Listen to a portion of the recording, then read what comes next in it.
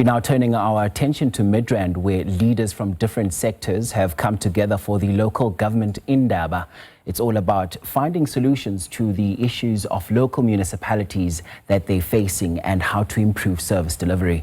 Now, President Cyril Ramaphosa is set to speak at the event later this evening. Here's SABC News reporter Patricia Visagie, who's there for us this hour. So, Patricia, this one is quite an important one as service delivery starts at local government level. Well, good morning. Definitely a very important one if one in particular looks at the issues on the ground that's plaguing a lot of municipalities and ultimately hampering service delivery and making life difficult for a lot of citizens in the various municipalities. Of course, we have seen in the last couple of weeks some of the service delivery protests that have erupted in various communities, the issues around water, infrastructure related challenges that many of the municipalities are facing, shrinking budgets that's also making it difficult for some of the services to be rendered. And of course, one of the biggest challenges, the malfeasance in the form of corruption, maladministration. All of these issues ultimately impact how services are delivered to ordinary citizens. And the Indaba is looking into all these issues to make sure that they find better solutions. But I think the Minister of COGTA,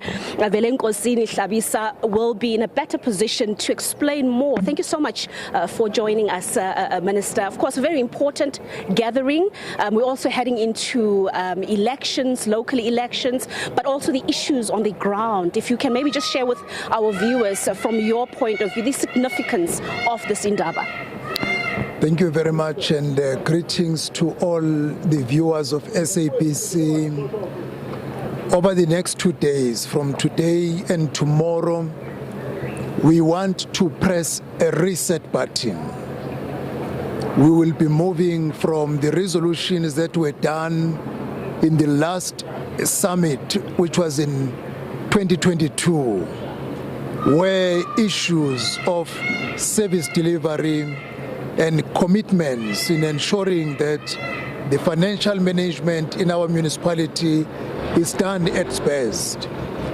This meeting of the 2 days, we just want to ensure that the municipalities that are not performing well are able to turn the corner. As you have rightly captured, in most areas there are community protests because some of our municipalities are unable to deliver services. I'm very confident that if we look at the numbers that has come, we should have started at 8 o'clock. But the bigger turnout, which is a demonstration of interest into an engagement and a discussion as to how should we collectively turn our municipalities to be a working environment, because the local government is the closest sphere of government to our people. Issues of corruption, we need to confront them because they deprive of our people billions of rands, and ensuring that we openly talk about politicization of the local government space, the deployment of suitably qualified people is what is going to be a solution in ensuring that our municipalities are able to work efficiently, deliver services on time. If they do so, they create a conducive environment for the economic growth. No investor will want to go and invest in an area where there is no water provision, sewage is running down the street, potholes are not fixed. But if a municipality is ensuring that basic service delivery is rendered to our people, residents will be keen to pay for the services, to pay the rates. Business people will be keen to invite others to come and invest in those areas. We also want to zoom in the metros. Metros are an engine and the heartbeat of the economy in South Africa. The majority of the people 62% live in metros, and metros run a big budget, combined together 8 of them. If our metros can be fully functional, they can ensure that the economy grows, job opportunities are created, and when job opportunities are created, young people, especially the graduates, will get jobs and start to pursue their dreams, and our country will go forward at a faster pace. Talking about the metros, often we see some dark forces, malfeasance that have infiltrated, in particular the metros. You've got the water tanker cartel, you've got the construction mafia.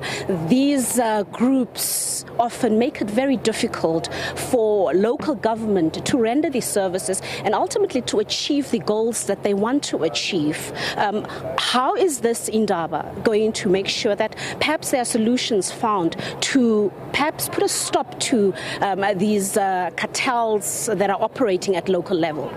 Definitely there will be a commission that will be dealing precisely on the issue of fraud and corruption in the local government space, that how to uproot corruption, how to ensure that consequence management and accountability becomes the order of the day.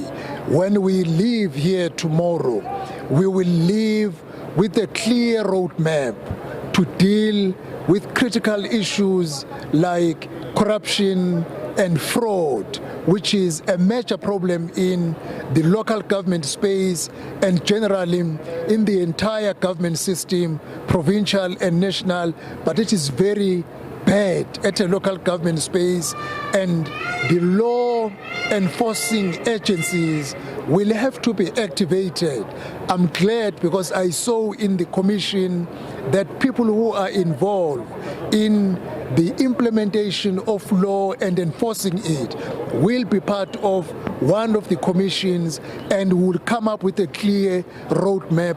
We need to win back the trust of the people of South Africa because there is a trust deficit, and at most people don't trust anything from the government or from the councillors because they brand all of them as corrupt people, which is not true because there are councillors who are doing their work correctly, who are ethical and who are honest leaders and transparent in whatever they do in their municipalities. This is also confirmed by the Auditor General. There are municipalities for many consecutive years, they get clean audit, which means that their books, their operations are done openly and there is a clear accountability and transparency for the people of South Africa. Just the last one, the issue around the councillors. In the city of Tshwane, for instance, recently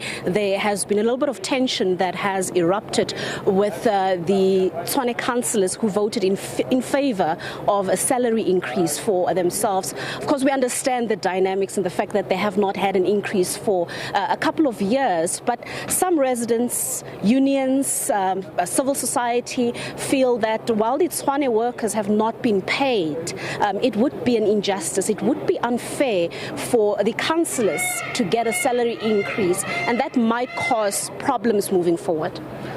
Well, the municipalities is a sphere of government that is independent, that is not dictated to neither by the provincial nor the national government. So now, the issue of Tshwane municipality, as they have rightly indicated that for quite a long time, there has never been the increase on the remuneration of councillors. What will make the people of Tshwane find compromise is the maximum service delivery, because people don't mind to pay what renders service to them, but they do mind to pay for councillors whom they don't see the rate of positive service delivery they do. I'm confident that the council in Tshwane will engage the residents and demonstrate and show them the rationale why they have to increase their remuneration within the limits in terms of the law. Because if you don't also ensure that you give sufficient remuneration to your councillors, they will start to have a second job or a third job, which will impact negatively on service delivery. But the issue here is the workers are also waiting for their increases. But it seems like the councillors are going to get that privilege before the workers. Now, let us leave to the councillors, because they know the process in terms of the bargaining council, how the issue of the salaries for workers is handled, and I have full confidence that they will manage the thing correctly, so that there is no unnecessary complaint of seeing councillors looking at their interest, not taking into account the interest of the workers. Every council, to be functional, to be productive, it is through the employees to execute its decisions. I'm very confident they will attend the workers' issues within the parameters of what has been agreed to in the bargaining council. Just in short, I know I said last one, as a minister, what's the one thing that you would like to prioritize here at the Indaba? If we can come up with a clear roadmap and with a firm decision, commitment to maximum service delivery, and actually do it. We will talk about an ideal municipality, a municipality that is able to deliver the services. If we can leave this area, all of us committed to benchmark ourselves as the 257 municipalities and benchmark ourselves on the ideal municipalities and actually go and do it. And where we have challenge, make a call to the provincial and national government to come on board, because the DDM model says, let us work together. Let us budget together. Let us have one plan in order to develop our communities. If we can leave this area with one determination that we want to make our municipalities work for the interest of our people. As we are approaching the review of the white paper, which is going to be completed in March next year, we do not have time. There is no luxury of having municipalities that are not working. So in summary, if we can live here with a firm determination that we are going to make every municipality work, I will be a happy man. Thank you so much to the Minister of COGTA, sounding very positive about what he hopes will come out of this gathering. Of course, many are hoping that the solutions, the resolutions that they will adopt will be people-centric, would ultimately be able to infiltrate the ground, the municipalities, and render better services for the various people in the different municipalities across the country. Of course, there's a lot of delegates that have arrived. It's still registrations inside, so it's a busy morning. Two-day conference that is expected to start this morning. The last one was held in 2020. We've heard there from the minister. They hope from here it can just be better and not just a talk shop.